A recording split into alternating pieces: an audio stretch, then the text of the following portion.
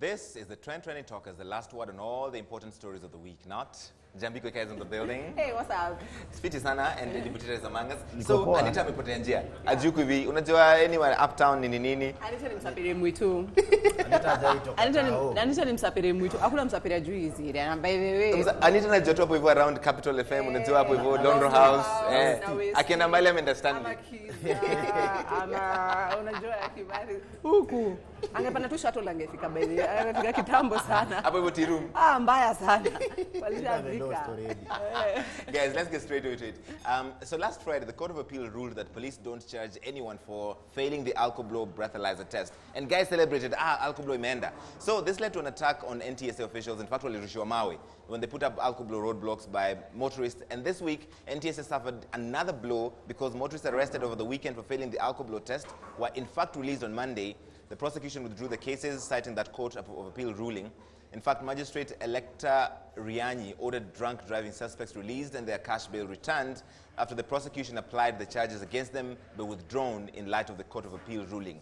So what happened is everyone was celebrating. Alcoblow imeenda, wacha tujibonde sasa. I don't see why this is something to be celebrated. I don't see why we celebrate drunken driving in this country. How many people have we lost due to drunken driving? And every time this issue is always taken back to court, it always seems like NTSA is on the losing side and the drunken drivers are always winning. And it's just sad because so many people have died on our roads and we can't seem to contain it. And I think it's high time people saw the seriousness of this matter, because if you haven't lost a friend, if you haven't lost a family member, or if you haven't lost your wife or whatever, or anybody who's related to you due to drunken driving, then you probably are the one celebrating it. And I don't understand why people in bars are always sharing. And it's basically your life. You're putting your life in danger. I mean, drinking and driving is a no-no. Go drink, take a cab. Simple. Or just drink in the house. History ya kujifanya gati nyinyi ni mamacho sana ati sijui eti unaweza endesha gari ukiwa tei. Nani alikwambia ukiwa tei macho zako ndio ziona, ama barabara huwa fupi, ama unajichocha ati gari inajua home. Gari ni mabati na ikigonga mtu ama ikigonga gari nyingine una dead. And you know, Butita, kuna hizi group, even there's been a WhatsApp group, there's kuna Twitter account, ati wase Lengeni place, also hapo hivyo. Alcoblow alert. Alcoblow alert. Niambia mali wako. Mimi nadhani ni initiative yako by the way. NTSA sio wazazi wa mtu. So with or without NTSA, wewe mwenyewe unafaa kujichunga. Juwezi jua. Sasa hii Alcoblow inaweza tolewa kwa barabara, uende utese. Alafu so ina depend pia ni initiative yako as a person. Si ati utegemee koti seme nini. Wewe jichunge tu as a person. Sisi tuko na best yetu amedid tu juzi na hii NTSA bado iko. Walitoka place wakiwa tei akadai. Hivyo tu hiyo tu kujichocha ati unajua gari inajua mimi niko fiti niko sawa unajua. And then of course it's also as individuals we should also take the initiative. Ukiona msee amelewa mwambie Joe Buda haifai, we wacha tupande taxi, hata afadhali wache gari kwa parking ulipie unajua. Badala kuendesha gari watu wakiwa walevi bana, watu wana dedi na si poa. Anita, how nice of you to join us. Thank you very much. You look very lovely. Thank you. So do you guys? I've missed you. How are you? Tuko sawa kabisa? Yes. We were just talking about drunk driving and how everybody is celebrating that Alcoblow is out and now they can drink.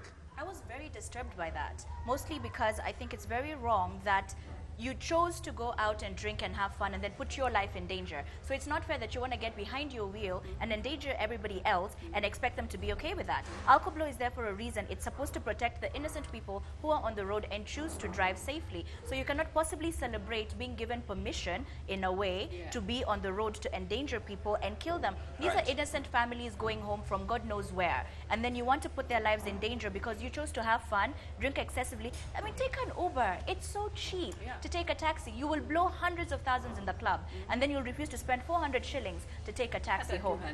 Even two, You know, the reason why we wanted to begin with that is because you have had by now Emmanuel Makori, popularly known as Ayeiya, a comedian on the Churchill show, lost his life this morning in a car accident, which is now being blamed on drink driving.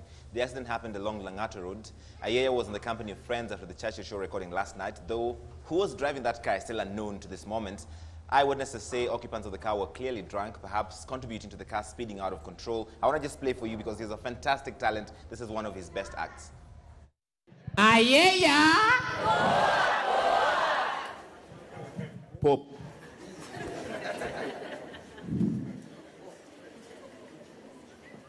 Pop ni nani? Pop ni Paul. Nikajiuliza, hatuwezi kuwa na pop kijana? Yaani ni pop ndio, lakini ni boy boy.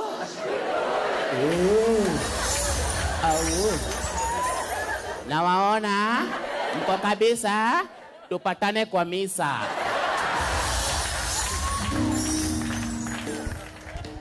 One of the funniest people out there, Butita, this was a friend of yours, a colleague. Our condolences to you and to the rest of the family. Hata jana tumekuwa show na yeye jana by the last recording. Aliperform, in fact, show yake ya mwisho aliperform jana. Anasikia ilikuwa kali sana. Ilikuwa kali sana, yupita kama Sunday labda. Hata tulikuwa tunapiga story hapo nini akijengea wase mistari. Ni sad sana, yani life huanga hivyo saa nyingine. Mmekuwa na mtu leo, barely 24 hours ago tu ndio tumekuwa na yeye sasa. Yani tunasikia uchungu fulani. I hope God atatusaidia tuweze move on, but ni uchungu manze. He leaves behind a young child and a wife. Tamara. Kuna mtoto demu anaitwa Tamara na wife pia. Hata mimi prayer yangu ni ati familia yao at least iweze God awapatie hiyo heart. Ni uchungu. Kama mimi nasikia hivi najiambia hao nasikiaje. The whole day tumeshinda, hata tumezima masimu juu. Hauamini. It's very, very difficult. And the reason why we started with this, Njambi, is because we were talking about drink driving before, and a lot of people are saying there's a possibility, it's not 100% confirmed, but there's a possibility that this might have been an effect of drunk driving. We don't know who was driving. We don't know if Ayeiya was driving or somebody else, but within the company, this is being blamed right now on drink driving. So if all of them were sober, maybe this might not have happened. Yeah, it's sad, but it's true. Yeah, it couldn't, it could have been avoided. And it's very sad because I've known Akina Butita and I've known Akina Ayeiya from theater days. He started out on stage. Yeah, he was great on stage. Yeah, he was great. And just because of somebody's irresponsibility, you decide that you're going to drink and drive, and because you think gari na juanjia, you end someone's life, just like that. And the fact that Ayeiya was coming back, this was his comeback here, and he had gone through the rut and now back, it's very sad. And so many other lives have been lost. You can remember the lady who lost all her children on Kangundo Road, yes. The drunk guy who was driving the truck and hit their car and all her children died. I mean, having to bury all your children at one go, heartbreaking. Just because of somebody's irresponsibility of going into a bar and deciding that, oh, mimi naweza kunywa na mimi ule msee, unajua, haifai hata kidogo. Now I think it's high time we took this thing seriously, and the fact that hii story wage inarudishwa kotini ikitoka sipo, it just goes to show how our legal system doesn't really care about the people, because ingekuwa ni place ka Middle East, for example, Dubai na huko Qatar, wapi huwezi kunywa uendesha gari, my friend. The penalties are so high. Yeah, you can't. So me, I feel hata NTSA inafaa kuwa nje ya club. Hapo ukitoka hivi wanakuangalia, unapimiwa hapo kwa mlango ya club. Sio hata kungoja kwa highway, hapo nje ya club. Kwa sababu we can avoid so many deaths. Yeah. Anita. I found it very disturbing, number one, that it keeps going back to court, which means there's somebody somewhere who thinks it's okay for people to be drinking while under the influence. It's very disturbing. I mean, maybe they've not lost somebody close to them, or they've never been in a situation where they were in an accident as a result of. But for you to even think, you know what, I'm going to go and challenge this is not okay, you're trying to speak for everyone. There's some people who cannot handle being behind the wheel when they're drunk, which is why taxis are in existence. And to just, I'll never understand, just when you leave the club, take a taxi. You don't have to worry about, oh, I have to find my way home, I might have to overtake, I might have to, I'll bump into Alcoblow. You'll be fine, you'll be in the back seat, you'll get home, you'll be okay. How many people get home and they don't even know how they got home? Yeah. How many people wake up and they're told, oh, by the way, you were in an accident last night, that's why you're in this bed right now, and you killed ABCD number of people, and you have to live with that. And you're in... All right, let me just switch gears real quick right now. You guys, it's the nominations have been happening, the ODM nominations are on right now. I think the guy who's having the longest week has got to be Paul Otuoma. He's running for governor in Busia against one Sospita Ojamong.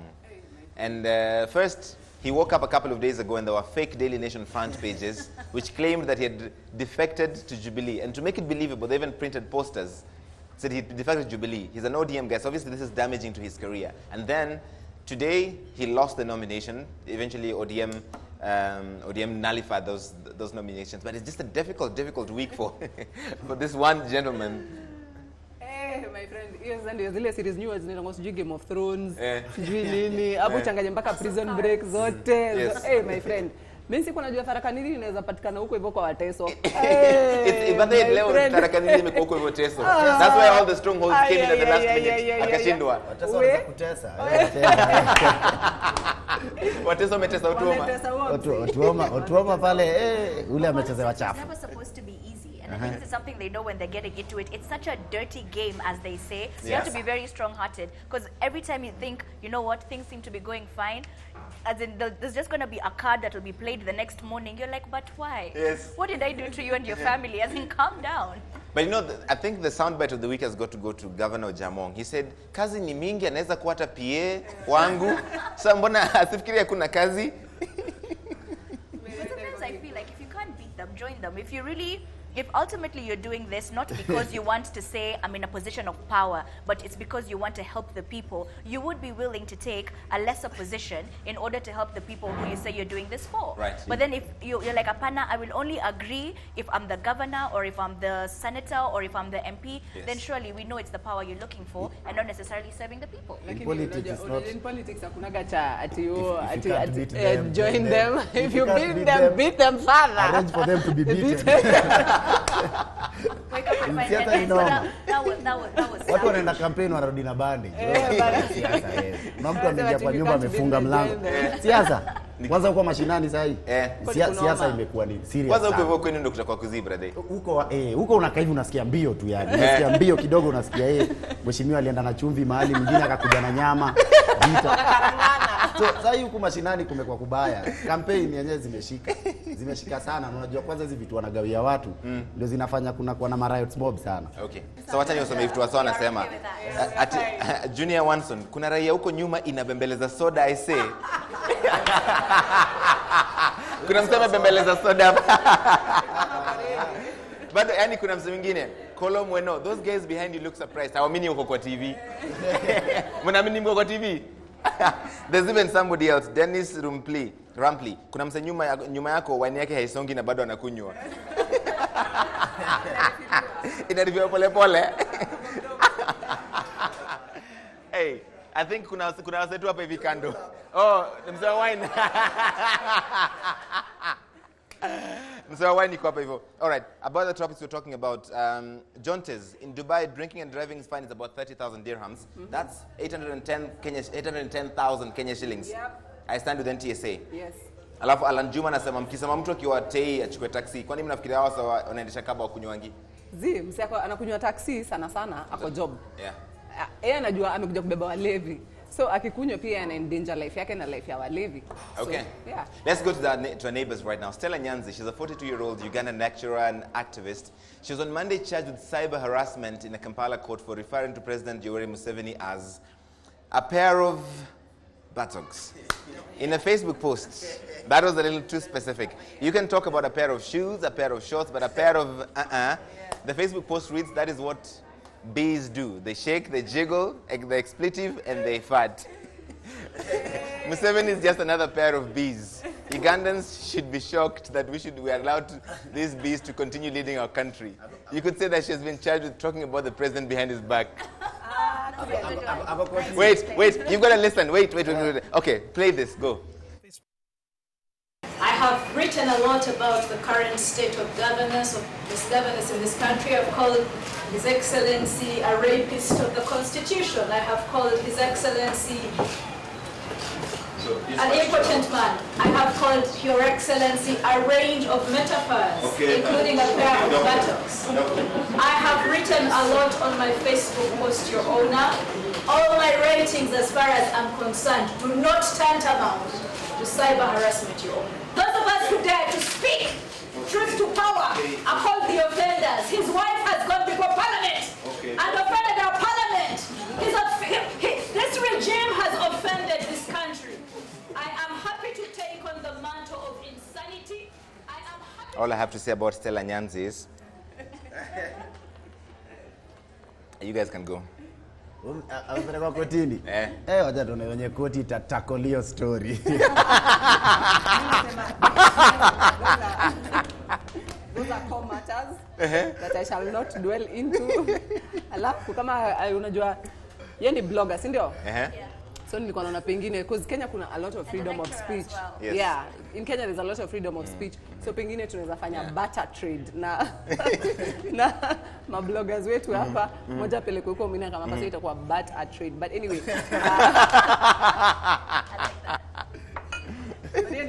I guess we can say Museveni is the butt of all jokes. Before we end up in one of their quotes as well. He's the Batman of East Africa. That woman has balls. That's all I'm gonna say. As in, if it's not the time when she's stripped because her office was closed to this, I mean, I feel like as a leader at this point, Museveni should accept not everybody, you know, feels the way he thinks they do feel, and he should just allow them to say what they want, because if he feels he's doing what the country requires, then he shouldn't be getting angry every single time somebody makes a comment about his appearance or his behavior. However, I was getting that. What we are saying is that Museveni doesn't like booty calls.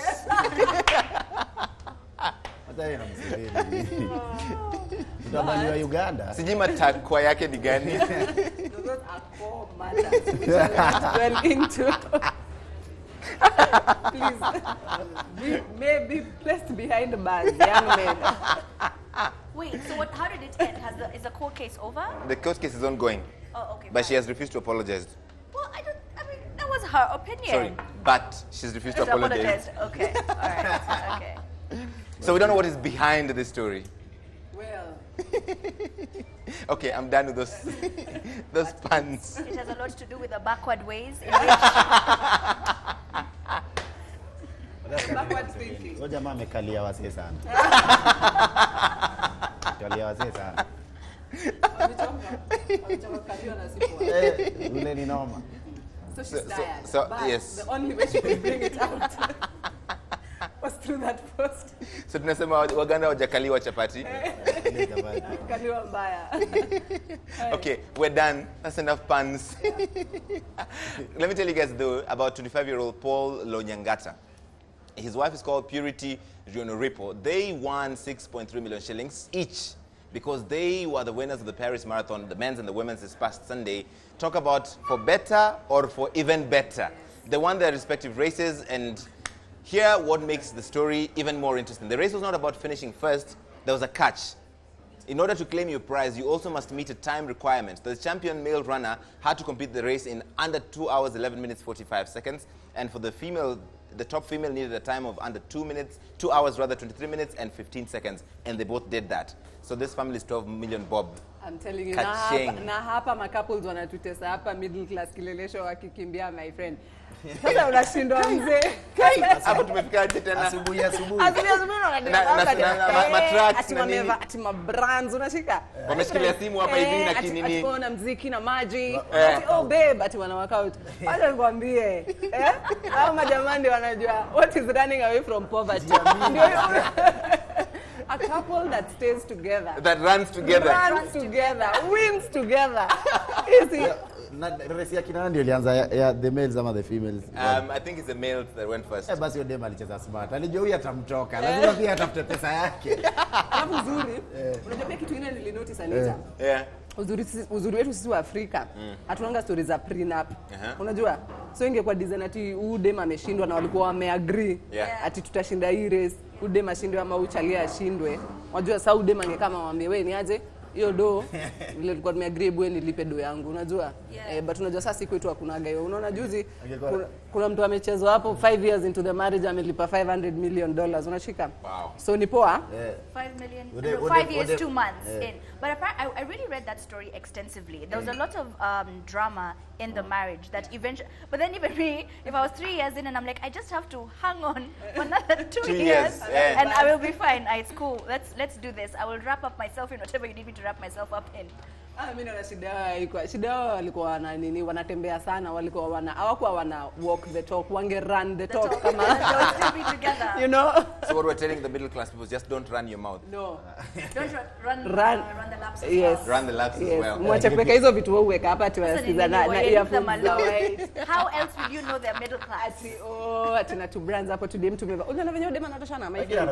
Tunatoshana na yeye. Tuna baga. Wao uliona venye ana wakati na baga. Asubuhi anatembea na ako na baga manzi. kina Anita vitu wanafanya huko. You run to your nearest burger joint. When you're done, you're like, breakfast time. Quadruple burger. Eri nyinyi mnaweza run maasubuhi na jioni. Unajua nyinyi mkirun mna lose weight. Si unajua tukirun mali tuko tuna lose wallet. Nikubali. Uwezi anza kukimbia. Unakimbiaje Kayole saa 12 asubuhi? Where I run, I would lose my wallet as well. Hapana. Unless you drop it. Sisi wezi tembea kaa jua iko hapa. Kwanza amka saa 2, tulia mpaka saa 4. Ngoja watu waje kwa barabara. Saa 11 uko peke yako na lose weight. So in which case if you're seen running, they'll assume you've stolen somebody's phone. Yeah, and then they'll call the utafukuzwa, so you run even faster. faster. Huyo anakimbia nini, shika yeye bana. Unasikia kila mtu anaanza kuika mwizi. Okay, real quick. You know, speaking of social media, unajua wasa wana siku hizi unapenda if you have an event, an occasion, a birthday, your mother's nini, ni social media. Lakini saa kizungu pia inasimbua watu. Kama msali I'll thank his wife, the mother of his siblings. The poor guy. Wasa walimpasha sana. I'd like to thank my wife, the mother of my siblings. And then people won't let the poor man prosper. Lakini English ni muhimu sana. Many a time we have it did, but it was also important to survey that ship extensively so that you understand the contents, so you know when to use them. Because first of all, who even found this post? I feel guys. I don't know. Guys, Kenyans will find the weirdest. Yani the watapata. This guy maybe has 73 friends, but your post ilipatikana. He deleted it, but the screenshots ziko. Hata naambia kweli. By the way, hakuna mtu siku ile hata Zuckerberg alitengeneza Facebook. Hakupatiana rules ati use English nini. Wewe andika na lugha yenu. Ongea na vernacular hapo. Si lazima andike kizungu kama inakujenga. Watajua ajue. But we're missing the point. Okay. He was trying to use a grand gesture to show his wife that she is his queen. Yet he didn't go in the English direction. The mother of my siblings. Fun fact. Thank you for giving us this moment of just general awesomeness on the internet this week. Unajua mimi I come from a family of tea drinkers. We're God-fearing tea drinking people in my village. We take our tea. If you also want to know how old Larry is, it's the duration of time he takes korogaing that tea. Lazima shige ishike. Unajua? Sukari wenyewe iendi mahali kwa tu hapa Larry atuharakishe. So wacha ni prosper, lakini mimi na chai yangu nimekunywa chai yako. See. Anyway, so let me go to the tweets right now before we go back. Sarobiville, ambia huyo boy amekaa nyuma Larry wache kupanic. Boss, kunywa Alvaro polepole. Sijini nani? Amehepa. Willis Osion, leo Larry hajasimama tuone zile socks zake zinakaa mkono ya spita. Wacha nini na mimi, socks zangu check vile zinaweza. Zile zinatesa ziko true. Zile vitu za madhe za baridi kwa mguu. Yo bamboshori kwa miguu. Bamboshori kwa miguu. Mark Ngaru, I'm telling you Kenyans cannot act Hollywood movies. Kuna mama wezu hapo nyuma ya Butita, please mpe shout out. A wave. Ameenda pia yeye. And Wanjohi Anthony, you did well to leave Shiro Miroki. Angekuacha hapo ukihost aende kwa miguu. Wacheni Shiro prosper, please. Okay, so a man said to be a local bank agent was arrested with 300 ATM cards and PIN numbers over the weekend. Sources have claimed that the guy suspected to be a fraud is actually a Shylock. He lends money to his clients in exchange for the ATM cards and the PIN numbers. So what happens is when your salo checks in, he withdraws what belongs to him first. Unaona, hiyo ndio njaro yake. So Buruburu DCIO Jeremiah Ikiao confirmed that the suspect was in the custody for hours before handing him over to the anti-banking fraud unit. What is, he was set up by one of his customers. Hakutaka kulipa hiyo deni. Ile definition ya smartika na ubankiki ama ndio boys my friend. Wakupatia loan unampatia ATM yako na nini? Lakini sasa by the time. Ni waburu By the time unapatia mse ATM card yako na pin yako. As in surely umetrust huo boys. Lakini hiyo ni noma. Hiyo ni noma sana. Cause nafikiria huo boy na ni mswa Shylock. Unajua Shylock ni wale wasee. Hii value yao wanakuchukua kitu kubwa. Shylock anaweza chukua fridge akupe 700. Unajua Shylock anaweza chukua fridge akupatia 700. Kuna boy Shylock alichukua ng'ombe yake huko Maocha na akampatia 1,500. Sasa unajua anakuambia usipolipa do by Friday mali yako inaenda. Na anakuwa amepiga hesabu anajua hakuna mali utatoa. Kitu moja nilinotice ni wasei. Hizo makadi zote zilikuwa za banki moja. Mlinotice? Hiyo banki iko na masafara sana. Si pengine ni msewa hiyo area sasa. Sasa unampatia ATM lakini lakini wacha nikuulize Butita. Wewe ulifanya maths? Unakumbuka probability? Mimi maths nilikuwa mnoma. Gani? Paper 1 lakini. Okay. Si paper 2. Haya, probability. Tufanye probability, si ndio? Anita utatusaidia sababu tunajua wewe ndio unashikaga hivi vitu sio? Haya, haina noma. Wewe na D yako tuko tu sawa. Unaweza kuwa governor kama ulipata minus hospitali. Lakini pia kuna D ya socialite. Wewe, never been nervous to me. Haya, sisemi kitu. Haya. Life ina choices. So kuna probability. Umse ako na hizi makadi zote. Customer wote wanatoka banki moja.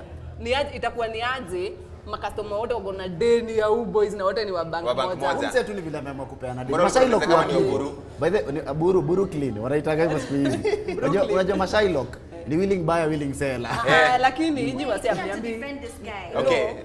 Give your best defense. I want to defend this Shiloh guy because he did not come to your house and tell you, give me your ATM, I want to give you money, and then when your salary comes in, I will go withdraw what you owe me. You took yourself to this Shiloh guy. Maybe in that particular area, those are the two banks with branches. Who knows? These people came and they were in urgent need of money. They borrowed money from this guy. It was willing buyer, willing seller. You gave your no, ukapeana ATM card na ukapeana PIN. Hukulazimishwa. Na watu walipe madeni. Ukaona mtaki kulipa deni, you get this guy arrested. This guy would have helped you at another time when you needed that 700 bob. Kwa hivyo watu wa madeni tunaweza sema pia walipata deni kwa maths sababu sasa maths ni kama inawapiga chenga. Guys, we got to go, but I just need to give a shout out to this one. She's Lucy Gishuhe. She's a Kenyan-born lawyer. On Thursday, she was elected a senator in South Australia and is due for swearing in on the 9th of May. She migrated to Australia back in 1999, and she won on the Family First 1999. I want to play a soundbite for you real quick. I know Arnold we're out of time, but just play the soundbite for her because you need to listen to how she speaks. Go. Hi, I'm Lucy Gishuhe, and I'm running for the Senate in South Australia for the Family First Party. I have worked with Ernst & Young and the State Auditor General's Department.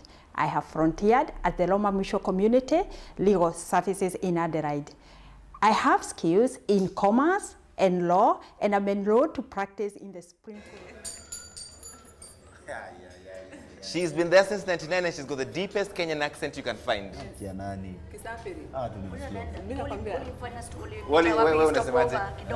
Usijali Butita by the pia wewe na sheng yako. Baki hapo. Mimi najua. Tida how? Mimi ni successful. Aya, sawa. Tuache hapo hivyo. Guys, thank you so much for coming on.